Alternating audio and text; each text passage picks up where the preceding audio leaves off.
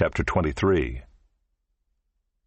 And Balaam said to Balak, "Build for me here 7 altars, and prepare for me here 7 bulls and 7 rams."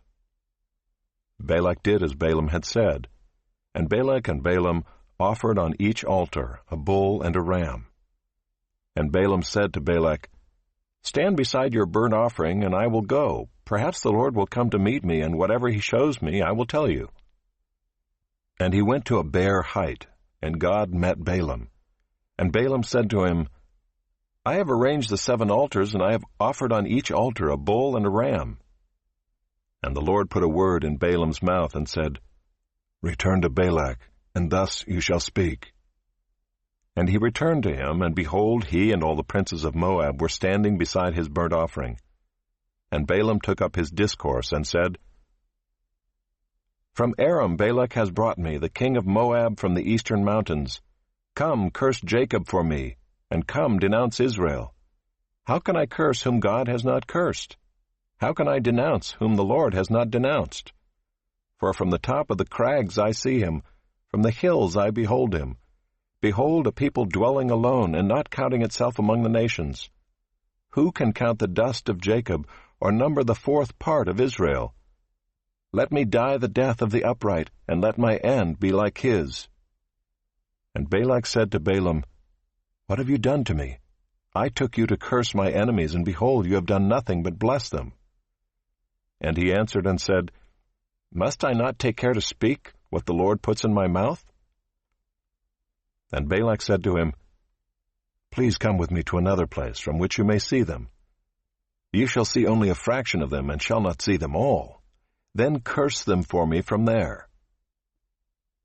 And he took him to the field of Zophim to the top of Pisgah, and built 7 altars, and offered a bull and a ram on each altar. Balaam said to Balak, "Stand here beside your burnt offering, while I meet the Lord over there."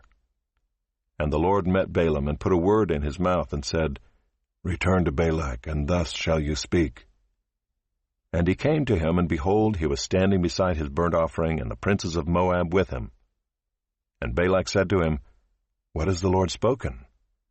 And Balaam took up his discourse and said, "Rise, Balak, and hear. Give ear to me, O son of Zippor. God is not man that he should lie, or a son of man that he should change his mind. Has he said, and will he not do it? Or has he spoken, and will he not fulfill it? Behold, I received a command to bless. He has blessed, and I cannot revoke it. He has not beheld misfortune in Jacob, nor has he seen trouble in Israel. The Lord their God is with them, and the shout of a king is among them.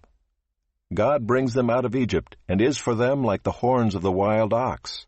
For there is no enchantment against Jacob, no divination against Israel. Now it shall be said of Jacob and Israel, What has God wrought? Behold, a people, as a lioness it rises up, and as a lion it lifts itself. It does not lie down until it has devoured the prey and drunk the blood of the slain." And Balak said to Balaam, "Do not curse them at all, and do not bless them at all." But Balaam answered Balak, "Did I not tell you, all that the Lord says, that I must do?" And Balak said to Balaam, "Come now, I will take you to another place. Perhaps it will please God that you may curse them for me from there." So Balak took Balaam to the top of Peor, which overlooks the desert.